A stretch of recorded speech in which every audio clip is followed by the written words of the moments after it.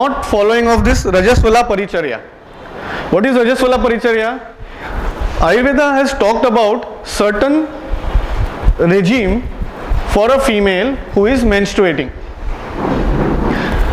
I don't know what modern world talks about it, but Ayurveda had specifically said that this is a period when the female is menstruating, she is slightly weak, so there are certain restrictions in the physical activity and certain specific food types are to be taken to avoid extra wear and tear of the body.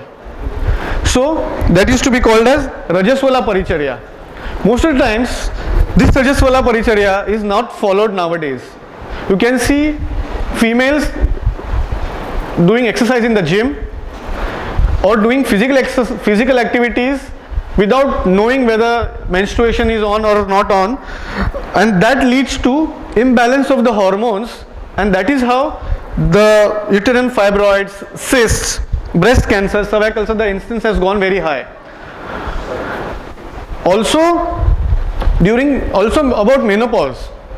Earlier, according to Ayurvedic fundamentals, if a female is menstruating normally, she is following the Rajaswala Paricharya properly, and then the menstrual cycle stops at a specific age, she has a very few chances of getting into this cancer business.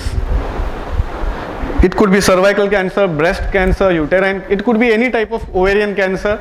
There are very few chances for a female who has stopped menstruating normally without any abnormal cycle symptoms. If the hormones are imbalanced because of not following of Rajaswala Paricharya and the menstrual cycle stops because of the age, what happens is the imbalanced hormones remain as it is in the body. These imbalanced hormones give origin to a new disease which is called as menopause, which ideally should not be seen.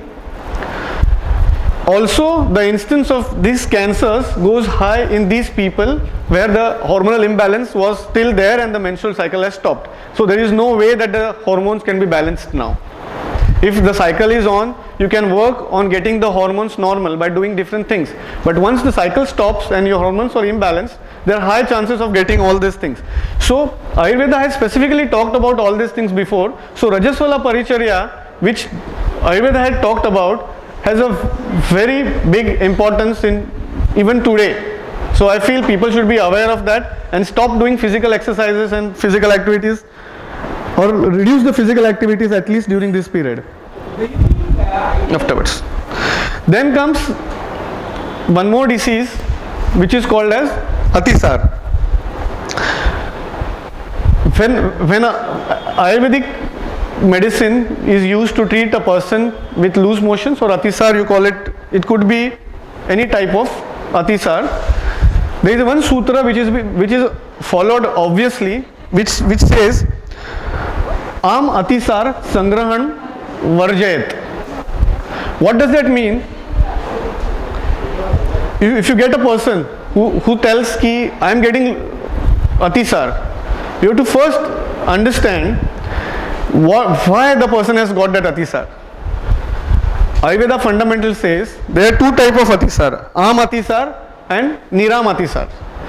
So depending upon the symptoms or depending upon the stools the person is passing, the quality of stools, you can understand whether it is Am Atisar or Niram Atisar. If it is Am Atisar, it means your body is trying to throw out certain toxic undigested material out of the body, and it has to be allowed to go out of the body. If it is Niram Atisar, and there are certain symptoms and signs where you can understand whether it is Niram or Sam. If you know the Atisar is Niram Atisar, depending upon questioning with the patient, only then immediately you can give some medicine to stop the Atisar. Otherwise, if it is Am Atisar or Sam Atisar, you cannot stop the stools immediately. But what happens in day-to-day practice is, a person wants to go to the office, he gets some stomach upset, body is trying to throw certain things out of the body, you take some medicine and stop it. The moment you stop it, the toxins which were supposed to go out of the body, your body is naturally throwing them out, they all remain in your body and they are again reabsorbed in the system. such type of medication, if it is given again and again, it could lead to skin diseases and many other long-term diseases which can trouble you later. So this basic concept of Samatisar and Niramatisar has been introduced by Ayurveda 5000 years back. So it is our duty now to understand this concept properly, to see what type of the symptoms the person is having, and only then take a pill to stop the motions. Otherwise it could lead to major trouble on a long term. So this is very important point made by Ayurveda. Then breastfeeding. Ayurveda medicine has always said कि post delivery, first 3 to 4 days the milk which comes from the breast has to be avoided. After that lactation continues, and then breastfeeding can be done up to 8 to 10 months depending upon the person. Modern medicine earlier used to say it's fine, the breastfeeding can be done or it can be avoided. There are certain substitutes which can be used for breastfeeding. But today everyone has realized that breastfeeding is the most important part for a proper health and immunity of a child. So now you can see the campaigns all over that breast milk is very important. Start doing breastfeeding. Don't let your child neglect such things. But now this is today's situation. But earlier modern medicine used to talk about it's fine, it can be done or it cannot be done. It depends on the person. There are certain substitutes which can be given orally which can compensate the breast milk. But today they have come to a conclusion, no, breast milk is the most important thing. And this 3-4 days, that's still a controversy. I think they will come up with something new in the coming future. This is what Ayurveda says. So it is the most important part. Normally this text says the effect of this breast milk stays on the health of the person up to the age of 45 to 50. And once the effect of the breast milk goes, the person starts aging. So after that, the person starts deteriorating fast. So breast milk is supposed to be most important part for immunity and for normal health and normal growth of the child. Ayurveda has introduced it long back.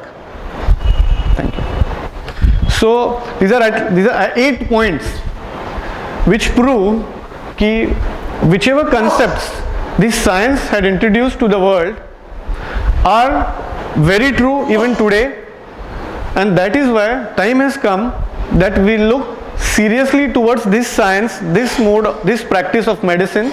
You should be very serious towards this and start understanding what it is actually and use it more and more in day-to-day life, because Ayurveda is a science which not only talks about diseases, it also talks about swasthasya swasthya rakshanam. There are certain fundamentals laid down for a healthy person to stay healthy. So we should at least get accustomed to these things which a normal person should follow in day-to-day life, and then stay away from most of the hereditary diseases and most of the diseases which are actually coming in modern life today. So my main intention to come here is to introduce you to these things so that you at least get aware here. These are the things which were talked 5000 years back, and even today they are very true and people are realizing these things now. So why not we also look towards other aspects of Ayurveda. One more thing, the last point which I would like to make is, there is one nowadays for diseases, there are certain medicines which are allopathic medicines or modern medicines are taken for a long time depending upon the disease. If it is a chronic disease, the medicines are taken for a long time. Some medicines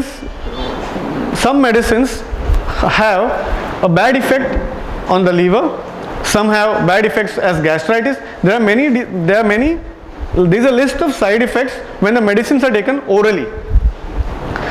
Today, most of the research is also going on finding out suppositories for different complaints. What is a suppository? It is like you have a headache, instead of taking a pill orally which would create acidity, you take the medicine per anus. You push the pill per anus they have discovered now that the absorption there is very high, so you bypass the liver, the medicine shows its effect, you don't have any side effects, the headache is gone. This is an example. So research is being conducted now to find different suppositories for different medicines and to see how they can be introduced in regular practice, so that you can get rid of the most of the side effects of the modern medicine, whichever medicine it is. So now Ayurveda has already talked about Basti treatment. What is Basti? Basti is a treatment where the medicines are introduced per annus. How they are introduced per annus? It could be in the form of medicated oil, it could be in the form of medicated milk, it could be in the form of medicated kashaya. In all these ways, these medicines are introduced per annus. 550 different type of Basti preparations have been introduced in the text. 550 different types for different diseases. So now you can understand what is the action of a suppository and what action a Basti has on a person. Actually, Basti action is not only same as there is a vast science involved in the working of a Basti on a patient, but still one aspect is given medicine per annus, because the absorption there is very high, and also because the blood circulation towards the annus is very high, so the medicine shows impact very fast. So you name any disease and there is a different medicinal Basti for that disease. You tell about headache, there is a Basti for headache. You talk about weakness, there is a Basti for weakness. So it means the suppositories where modern medicine is working upon, Ayurveda has already started using it. It has already used it in its day-to-day practice. That's why so many medicines for Basti preparations have introduced. So now you should understand. See, this is a science which has already talked about so many things, so many useful things. They work on people, so why not implement it in our day-to-day life? So today's talk was only to make you think कि you are an Indian, you are born in India, this science is of Indian origin, so you should be proud to be born in India, where Ayurveda has originated, and whole world should follow the principles of Ayurveda in the coming time, which stand true in any country you go, in any climatic conditions you stay. The principles of Ayurveda for all human beings stand true. So congratulations that you are born in this country, and I hope you start using the science of this country and make yourself proud.